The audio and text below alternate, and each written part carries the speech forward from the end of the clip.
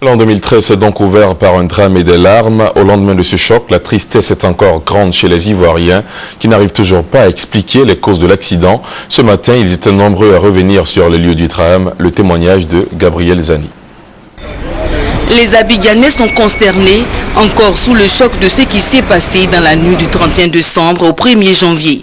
Ce mercredi matin, boulevard de la République au Plateau, les visages sont fermés.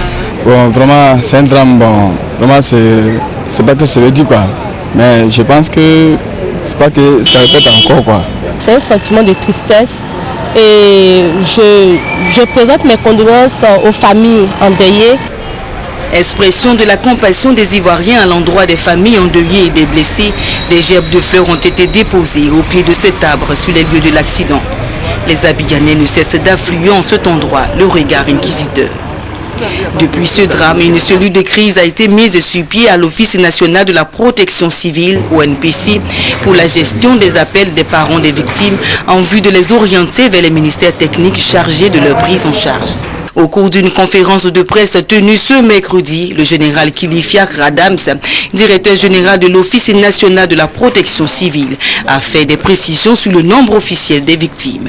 À ce jour, je pourrais vous dire que 61 personnes sont décédées. Ces chiffres ont été consolidés par les services de santé. 46 victimes ont été identifiées par les services de police. Parmi ces victimes, 44 sont de sexe féminin. Au moment où je vous parle, 14 blessés sont encore internés au CHU de Cocody et 2 à la PISAM. À ce jour, l'ONPC a reçu plus de 250 appels de la part des parents des victimes et le gouvernement ivoirien ne cesse de multiplier ses investigations pour que les causes réelles du drame soient identifiées. 3 jours de deuil national ont été décrétés à compter de ce mercredi.